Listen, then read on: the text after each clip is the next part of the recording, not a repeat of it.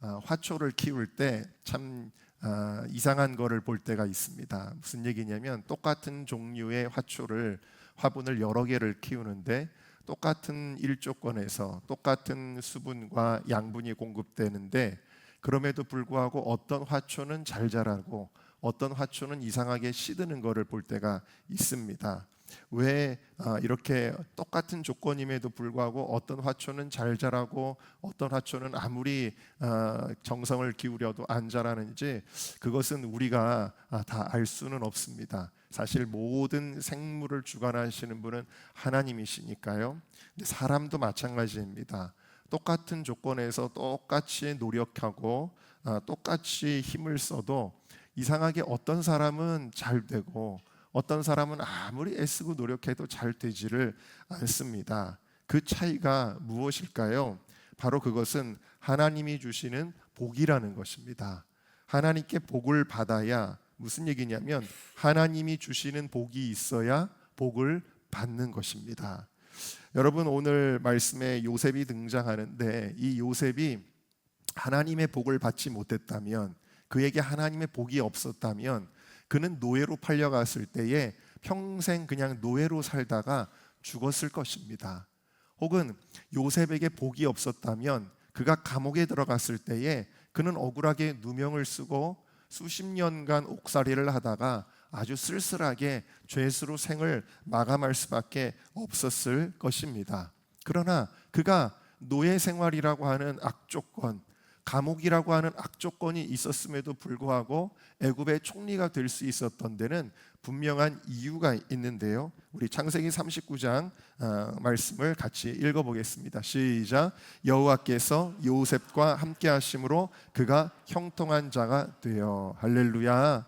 여러분 내가 어떤 가난한 가정에서 정말 찌들어지게 가난한 가정에서 태어났다고 할지라도 그건 아무 상관이 없다라는 거예요. 내가 어떠한 감옥과 같은 노예 생활과 같은 고난 가운데 지금 여러분들이 처해 있다 할지라도 그것은 아무 상관이 없다라는 거예요. 정말 중요한 거는 무엇입니까? 하나님께서 나와 함께 하시는가 하는 거예요. 여러분에게 하나님이 함께 하고 계십니까? 그렇다면 여러분들은 형통한 자가 될 것이다. 지금 무슨 문제가 있는 것 같아도 그 문제를 뚫고 갈 수 있는 것은 하나님이 주시는 복이다라는 것입니다. 그러므로 여러분 복 받는 것, 또 복을 빌어주는 것 이것보다 더 중요한 일은 없습니다. 오늘 이제 우리는 창세기 48장으로 넘어가게 되어지는데 이 창세기 48장은 축복식의 내용입니다. 아버지 야곱이 아들 요셉 그리고 그 손주들 그러니까 요셉의 가정을 축복하는 축복이라는 말은 뭐죠? 복을 빌어주는 것이죠. 복을 받게 해달라고 기도해 주는 것입니다. 바로 그 요셉의 가정을 축복하는 장면입니다. 이제 야곱은 죽을 때가 다 됐습니다. 그래서 야곱이 죽을 때가 다 됐다라는 소식을 들었을 때에 이제 고센 땅에 야곱이 있었을 거 아니에요. 그리고 요셉은 총리니까 애굽의 수도에 있었겠지요. 그런데 아버지가 이제 얼마 남지 않았다라는 이야기를 들은 요셉이 아버지에게로 막 가게 됩니다. 근데 가게 되는데 두 아들을 데리고 가죠. 므낫세와 에브라임을 데리고 갑니다.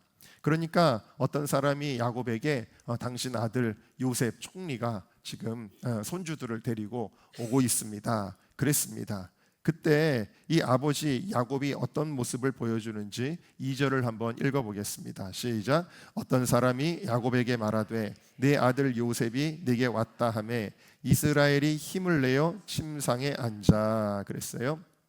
여기 지금 힘을 내어 침상에 앉아 그럴 때 하자크라는 단어는 힘을 완전히 이렇게 다 끌어모아서 여기 영어 성경에 보면은 rallied his strength라고 되어 있는데 이 rally라는 말은 이렇게 우리 요즘 사람들이 영끌이라는 말 많이 쓰잖아요. 영혼까지 끌어모은다. 그 끌어모은다는 거예요. 그의 온 힘을 다 끌어모아 가지고 왜 지금 병이 들어 가지고 야곱이 지금 힘이 없잖아요. 원래는. 그런데 있는 힘을 다 끌어모아 가지고 침상에 딱 앉은 겁니다.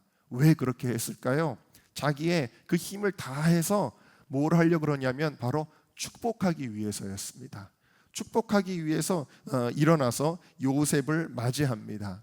여러분, 달리기 경주를 하면은 예를 들어서 저도 예전에 중학교 때 400m 대표로 제가 나간 적이 있었는데, 첫 바퀴 돌고 또 두 바퀴 돌고 막 이렇게 합니다. 그런데 대개 여러분, 첫 바퀴, 두 바퀴, 뭐 예를 들어 세 바퀴, 네 바퀴, 다섯 바퀴 뭐 이렇게 있다고 합시다. 그러면 경주자가 마지막 바퀴 때 어떻게 하나요?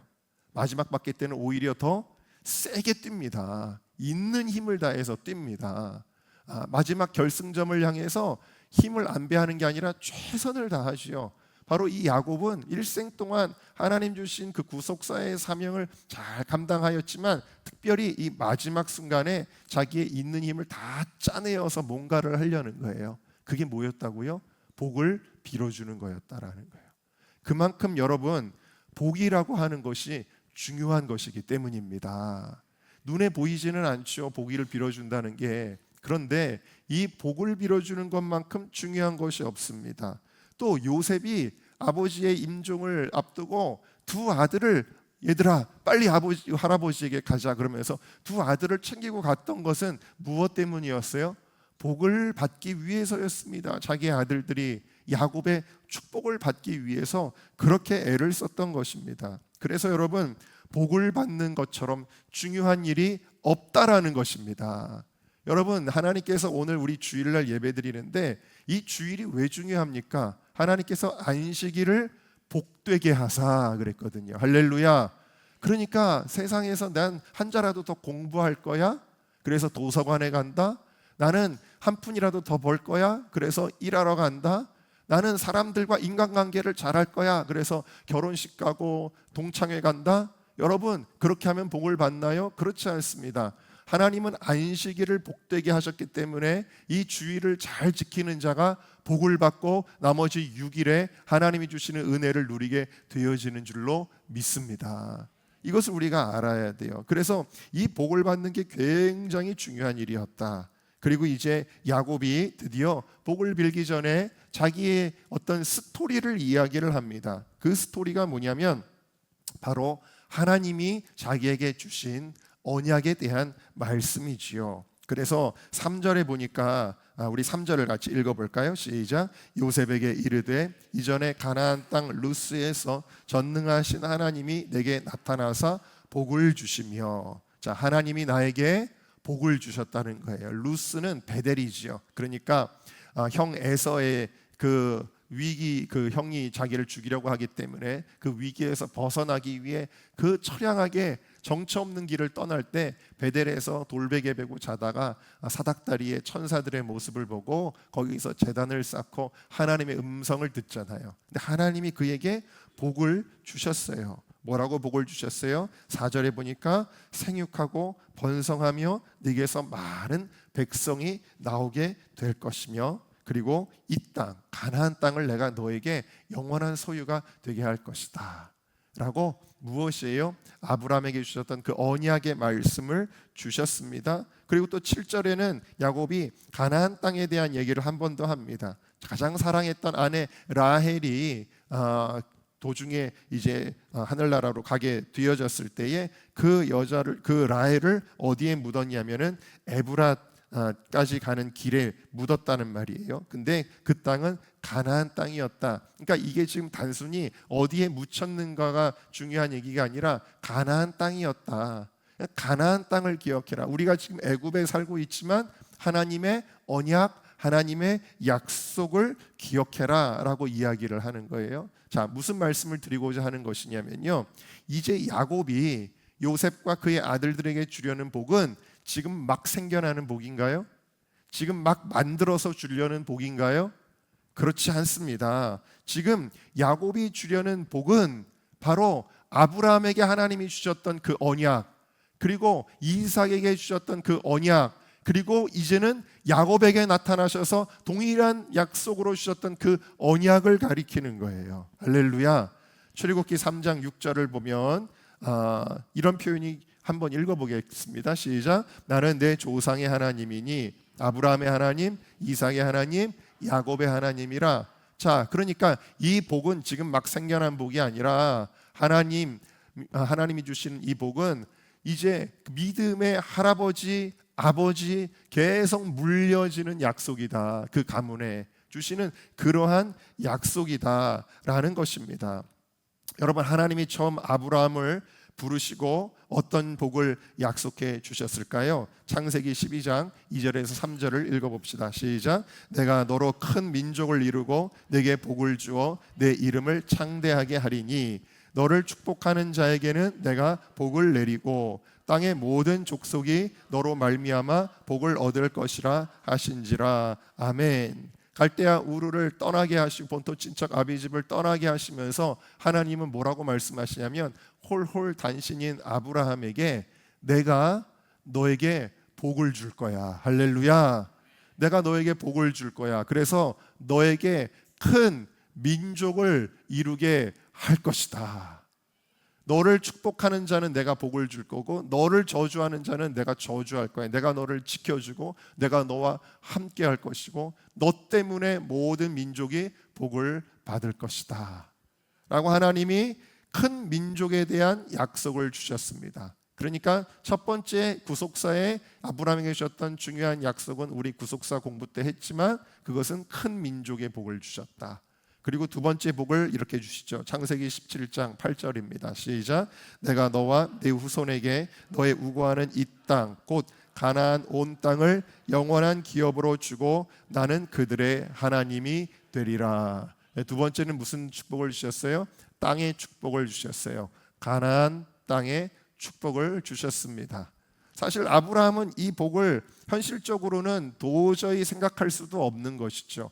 여러분이 아시다시피 아브라함은 아이를 낳지 못하는 사람이었습니다. 홀홀 단신입니다. 부인과 함께 그런 사람인데 큰 민족을 이루게 하시겠다? 말도 안 되는 거였죠. 아브라함은 나그네의 삶을 살았습니다. 자기의 본토 친척 아비집을 떠나 가나안 땅에는 이미 원래 거기 사람들이 살고 있었기 때문에 그는 그냥 나그네였습니다. 그런데 그 가나안 땅을 다 주시겠다.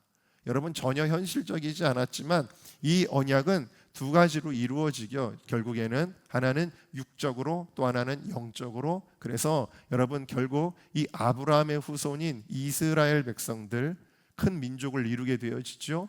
또 하나는 가나안 땅, 오늘날의 팔레스타인 땅을 그들이 차지하고 나라를 얻게 되어지죠. 그러나 이것은 단순히 육적인 의미가 아니라 아브라함을 통해서 그의 후손에게서 오신 예수 그리스도로 말미암아 예수님 믿고 구원받는 천국 백성들, 큰 민족을 이루게 된 줄로 믿습니다. 가나안 땅은 뭐예요? 바로 천국입니다. 하나님께서는 우리에게 영원한 생명 누릴 수 있는 천국을 주신 줄로 믿습니다.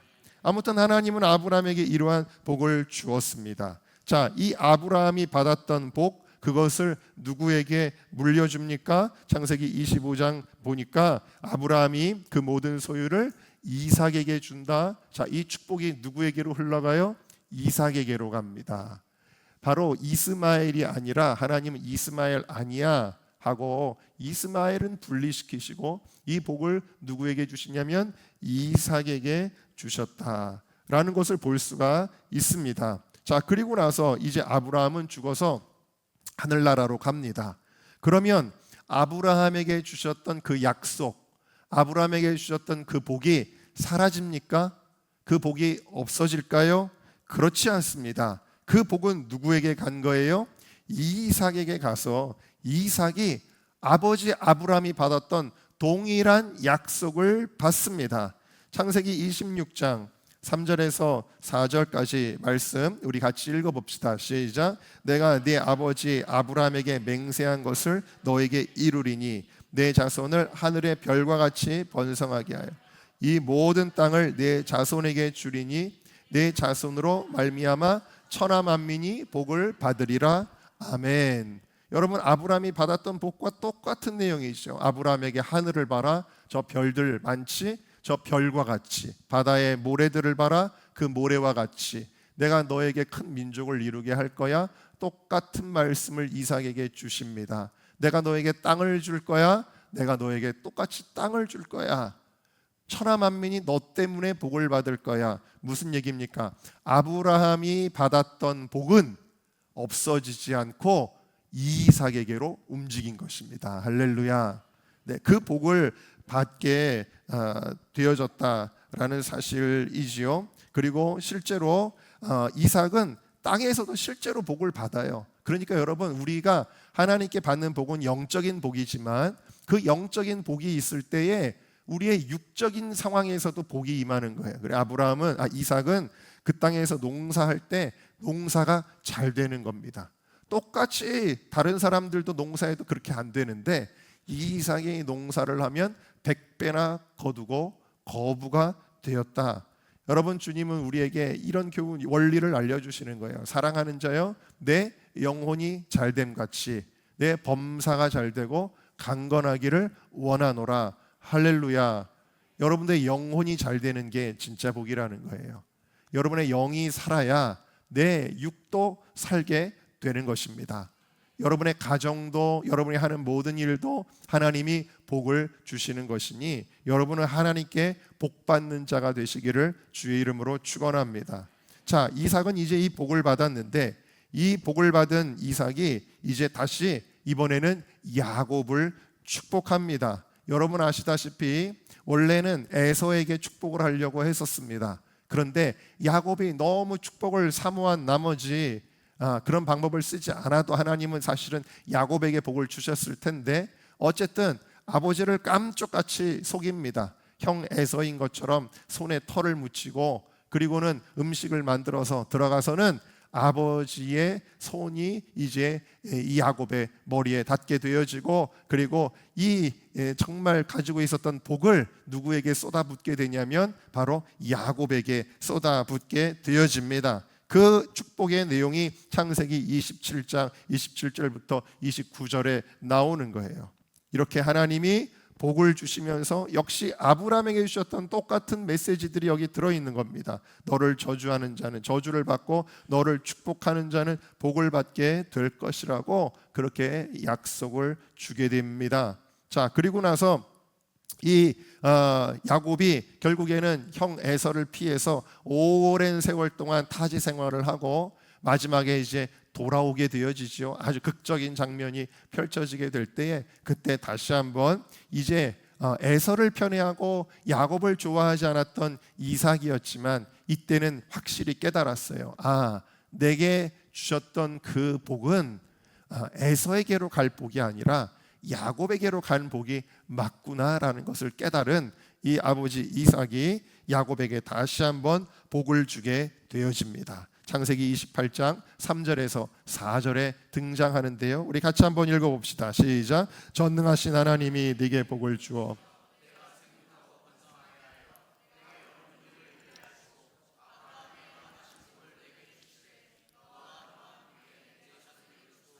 하나님이 아브라함에게 주신 땅, 곧 네가 거류하는 땅을 네가 차지하게 하시기를 원하노라. 아멘. 그래서 똑같습니다.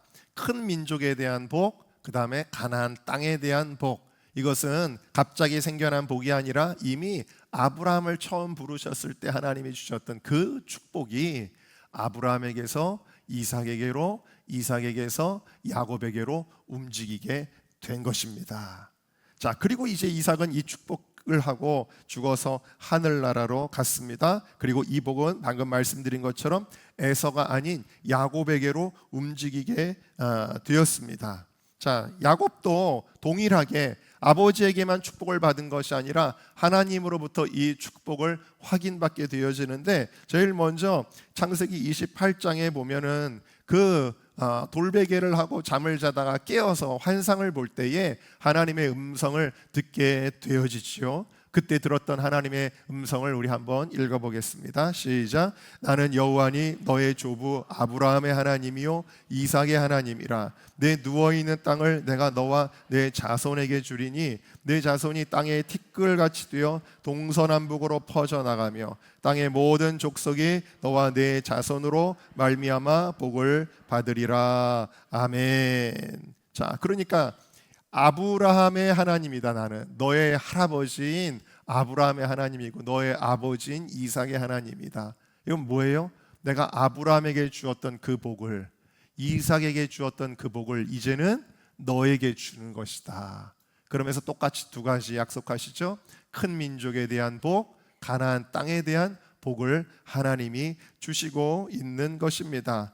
그리고 후에 야복 가까이에서 하나님의 사자와 씨름하게 될 때에 그때도 역시 하나님은 그의 이름을 야곱에서 이스라엘이라 바꿔주시고, 이스라엘은 뭐죠? 언약의 이름이에요. 약속의 이름입니다. 그렇게 바꿔주시고 역시 아브라함과 이삭에게 준 땅을 내게 줄 것이고 네 후손에게도 줄 것이다.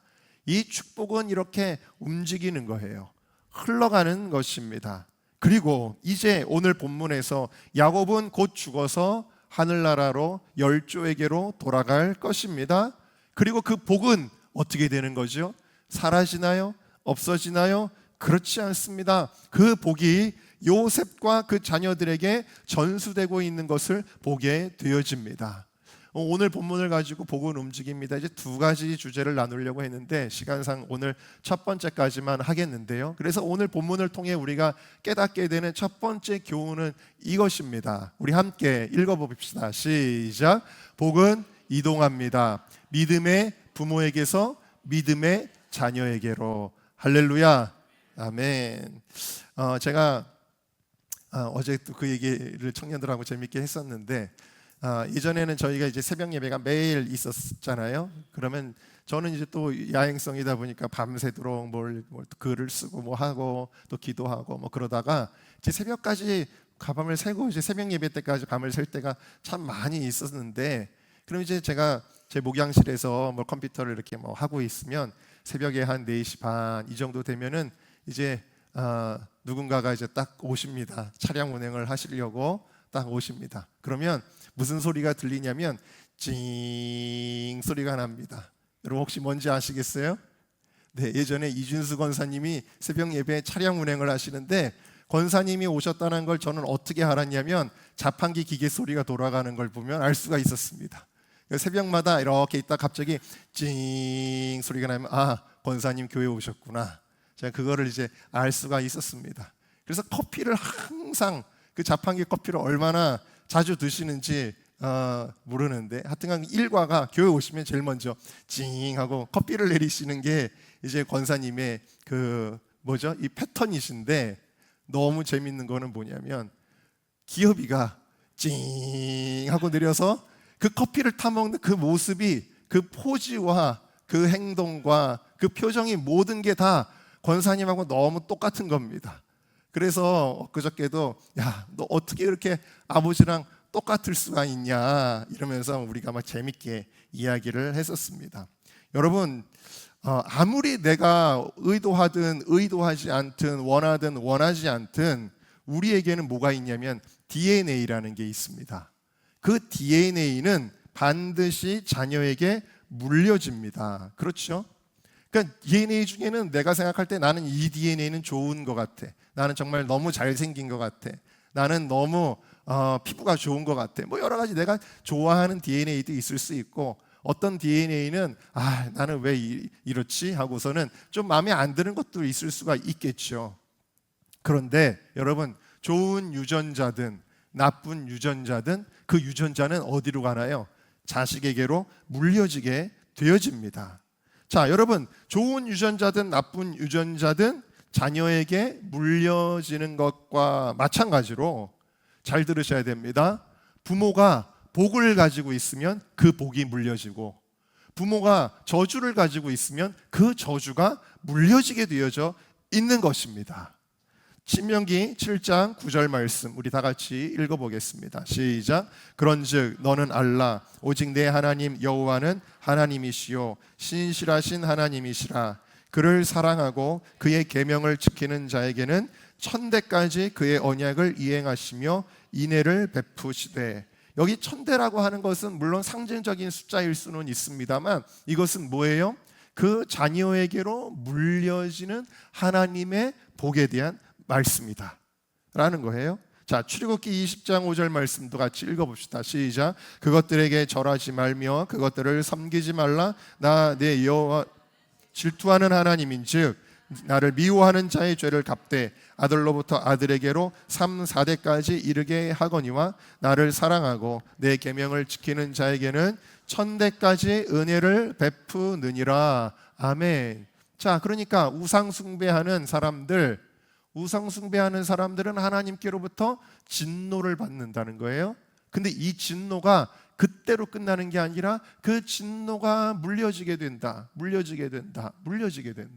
3, 4대까지 물려지게 될 것이다. 반면에 나를 사랑하고, 여러분 하나님을 사랑하십니까?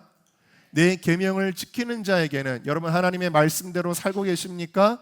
그런 자에게는 1000대까지 은혜를 내가 베풀 것이다 라고 말씀을 하고 있습니다.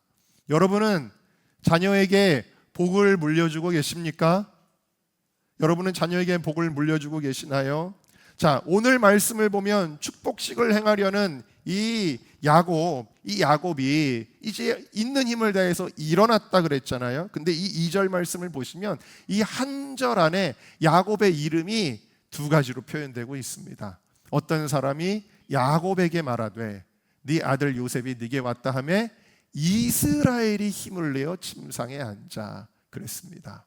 여러분, 그냥 누워있는 야곱은 그냥 야곱이에요.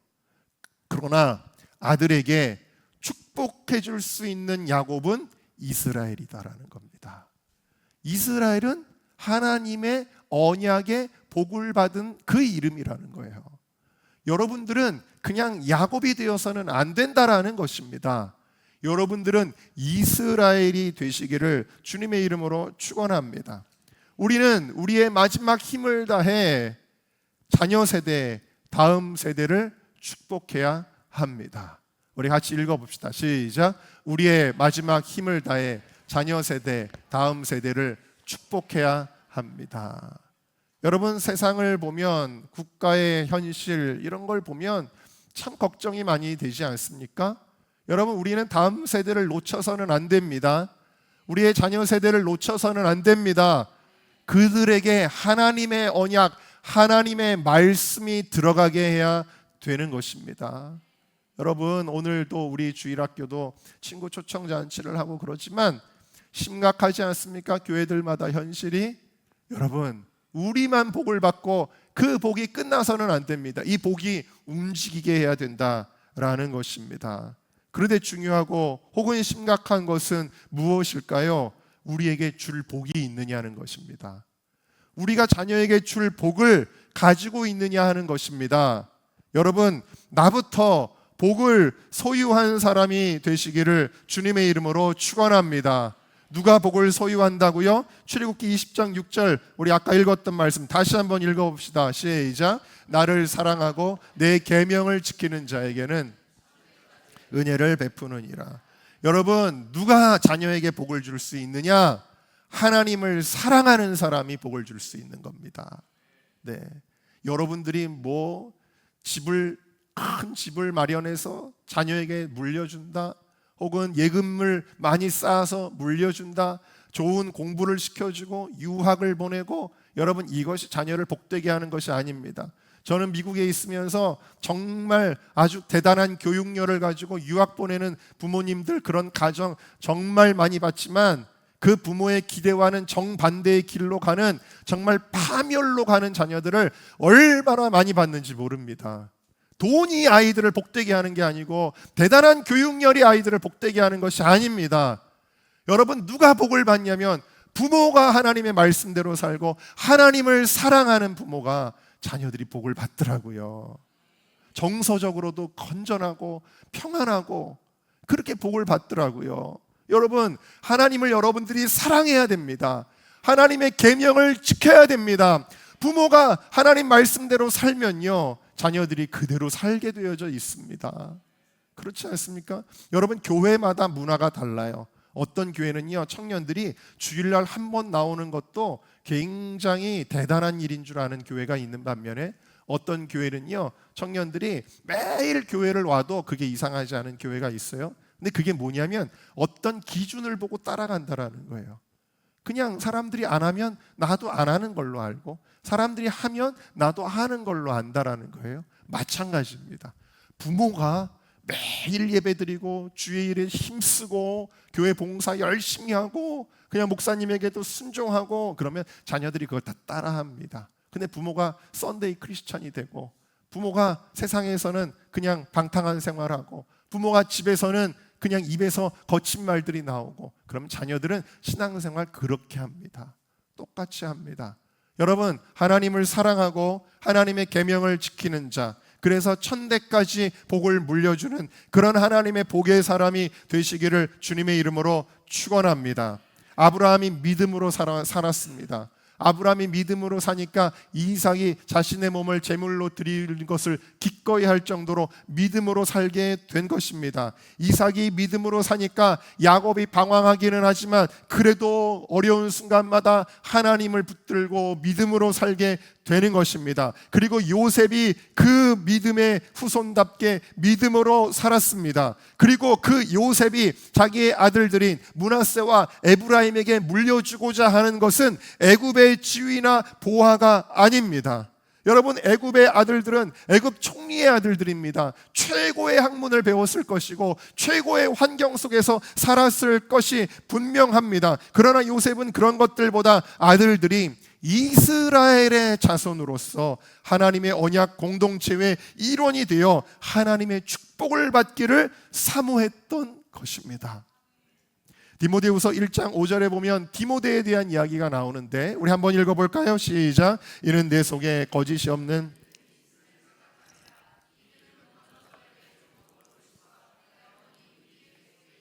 내 속에도 있는 줄을 확신하노라. 디모데는 바울의 눈에 띈 네가 앞으로 교회를 이끌어가야 될 사람이야 라는 사람이었습니다. 디모데는. 근데 이 디모데 안에 있는 그 믿음을 보니까 그 믿음이 어디서 왔다라는 거예요? 네 외할머니 로이스, 네 외할머니 로이스를 내가 아는데 정말 기도의 권사님이셨지. 네 어머니 유니게, 내가 네 어머니 유니게를 아는데 정말 충성의 집사님이셨지. 그랬더니 네 속에도 그 믿음이 있구나 라고 지금 이야기를 하는 것입니다. 여러분, 디모데의 외조모 로이스 어머니 유니게는 자신들의 삶으로 믿음을 디모데에게 전수했다라는 것입니다. 여러분, 오늘날 우리 은정교회 성도들도 요셉과 같이 또 이 디모데의 외할머니 어머니와 같이 신앙 중심의 자녀 교육관을 가져야 될 줄로 믿습니다. 신명기 6장 6절에서 7절을 같이 읽습니다. 시작. 오늘 내가 네게 명하는 이 말씀을 너는 마음에 새기고 네 자녀에게 부지런히 가르치며. 잠언 22장 6절도 읽습니다. 시작. 마땅히 행할 길을 아이에게 가르치라. 그리하면 늙어도 그것을 떠나지 아니하리라. 여러분, 어렸을 때 가르치는 것이 중요합니다. 다 커서 대학 가면 그때 교회 나가라? 아닙니다.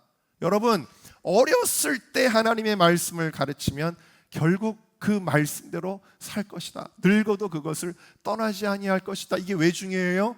그렇게 사는 것이 복을 받는 것이기 때문에. 여러분, 혹시 이 말씀들을 오해하지 않으셔야 되는데 그냥 축복한다고 축복받는 게 아니라 지금 이 복이 움직이는 거는 뭐예요? 부모의 믿음이 물려지는 거예요. 믿음이 물려지니까 그 믿음의 열매들을 물려받게 되는 거라는 이야기입니다. 그냥 신앙생활도 개떡같이 하는 아이들을 데리고 와서 목사님 축복해 주세요 그런다고 축복받는 게 아니라는 이야기예요. 여러분의 믿음이 움직이는 거예요. 그럴 때 축복이 움직이는 것입니다. 저도 어렸을 때부터 아버지 어머니로부터 철저한 교육을 받았습니다. 어떨 때는 가혹할 정도였을 때도 있습니다. 친구들이 주일날에 팽이치기 놀이하자고 그러면서 막 하는데 저도 팽이 하나를 사고 싶은데 안 돼. 주일날에는 안 돼. 주일날에는 물건을 사고 팔지도 못하게 하지 않으셨기 때문에 제 안에 주일성수의 신앙이 들어오게 되어지고, 그래서 제가 여러분들에게 주일성수를 가르치게 하고, 제가 아람단 부단장까지 했던 임명을 탁 받았는데 주일날 놀러 간다니까 선생님 저 그만두겠습니다. 제가 결정한 일이었어요. 어머니 아버지가 얘기하지 않아도. 선생님이 깜짝 놀라죠. 기껏 전교생 앞에서 딱 임명까지 해놨는데 스케줄 보고 주일날 놀러 가는 거예요. 맨날. 그래가지고 저는 이거 못하겠습니다. 그 어린 아이가 그 고백을, 결단을 선생님한테 할 수 있었던 건 뭐예요? 아버지에게 배운 주일성수 신앙 때문이었죠. 저희 작은 형님은 태권도를 엄청 좋아했습니다. 도장 다녀오는 걸 너무 행복해했습니다. 그리고 나서 이제 노란띠가 되고 파란띠가 되고 빨간띠가 되고 이제 검은띠를 따려면 국기원에 가야 되는데 국기원을 언제 가냐면 주일날 간다는 거예요. 그런데 여러분, 누가 이야기하지 않았는데 저는 국기원을 주일날 갈 수 없기 때문에 태권도 이제 그만 나가겠습니다. 그리고 그만뒀어요. 여러분, 하나님께서는 그 믿음을 보시고 저 형님을 축복하시는 것 같아요. 여러분, 어렸을 때부터 마땅히 네가 이렇게 살아야 한다 하는 마땅히 행할 길을 아이에게 그 하나님의 말씀을 여러분들이 입으로가 아니라 삶으로 가르치시기를 주님의 이름으로 축원합니다. 그럼 그 자녀는 반드시 복을 받게 되어질 줄로 믿습니다. 어머니는 기도하는 어머니여야 됩니다. 여러분, 아버지는 말씀을 물론 둘 다 해야 되지만 특별히 역할은 아버지는 말씀을 가르치고 어머니는 기도하는 어머니여야 됩니다. 기도하는 어머니여야 기도를 물려받는 거예요. 어머니가 그냥 밤낮 세상 드라마나 보고 있고 유튜브나 보고 있는 어머니는 자녀가 잘 될 수가 없습니다. 그저 기도하는 어머니의 모습을 보고자 하는 자녀가 기도하는 사람이 되고 하나님의 복을 받는다. 그래서 여러분의 자녀 세대가, 여러분의 오늘 우리 교회 다음 세대가 주님 안에 복을 받고 일어나야 될 줄로 믿습니다. 제가 지난주 목요일에 청년들 워시ip 라이브 예배를 마치고 나서 후배 목사인 곽형성 목사님이라고 광진구에 있는 예임교회인데 형님이랑 같은 지방에 있기 때문에 그 교회에 대한 소식을 많이 들었습니다. 개척한 지 몇 년 안 되는데 엄청나게 부흥했는데 특별히 어떤 부흥이냐면은 다음 세대 부흥을 이룬 교회입니다. 그래서 그 교회가 어떤 교회일까, 또 뭐 여러 가지로 건물은 어떨까, 세를 들어서 렌트비를 낸다고 하는데 렌트비를 한 달에 뭐 1,200만 원인가를 내는 교회래요. 그러니까 교회를 많이 쓰는데 어떻게 개척교회가 그걸 감당하지? 궁금해서 광 목사 멀지 않으면은 잠깐 가서 교회 구경 좀 해도 돼? 그랬습니다. 그 시간이 밤 10시가 넘은 시간이었거든요. 그래가지고 그 밤 10시가 넘어서 그 교회를 이제 방문을 하는데 저는 당연히 무슨 생각을 했냐면 이제 꺼진 교회의 문을 찻들을 열고 그리고 이제 불을 막 켜고 그러면서 교회를 구경시켜 주는 거를 생각하고 당연히 갔지요. 밤이니까요. 그런데 깜짝 놀랐습니다. 밤 10시에 갔는데 거기 청년들하고 학생들이 빠글빠글한 겁니다. 뭘 하나 봤더니 다음 날 6월 6일 현충일 전날이었는데 그 휴일날 전도하러 나간다고 전도용품을 막 만들고 있고 또 주일에 달란트 잔치를 한다고 달란트 시장을 막 준비를 하고 있는 건데 얼마나 활기가 차고 생동감이 있고 제가 들어가니까 아이들이 얼마나 교육을 잘 받았는지 목사님 안녕하세요 하고 그 인사를 막 하고 그리고 막 대접을 하려고 그러고 그러는데 깜짝 놀란 거예요. 아닌 밤중에 홍두깨라는 그런 말이 있듯이 아닌 밤중에 놀라운 광경을 발견하게 된 겁니다. 참 감동을 받았습니다. 아주 잠깐 경험했지만 살아있는 교회로구나 그런 감동을 받았습니다. 그리고 오는 길에 우리 교회 사역했던 이성민 전도사님하고 이제 전화 통화를 하게 됐는데 그 교회는 어떻게 이렇게 부흥하는지 모르겠다. 그랬더니 그 교회에 대해서 그 교회에 자기 아마 학교 친구가 있나 봐요. 그런데 그 교회의 부흥의 비결은 이겁니다 하고서는 이성민 전도사가 얘기를 해주더라고요. 근데 그 부흥의 비결이 뭐라고 이야기를 하냐면 처음에 그 교회가 개척교회로 아무도 없을 때 시작할 때 한 헌신된 사역자가 한 명이 있었는데 그 젊은 사역자가 그 방황하는 아이들 몇 명을 붙들고 부모의 마음으로 온 사랑을 다 쏟아부었대요.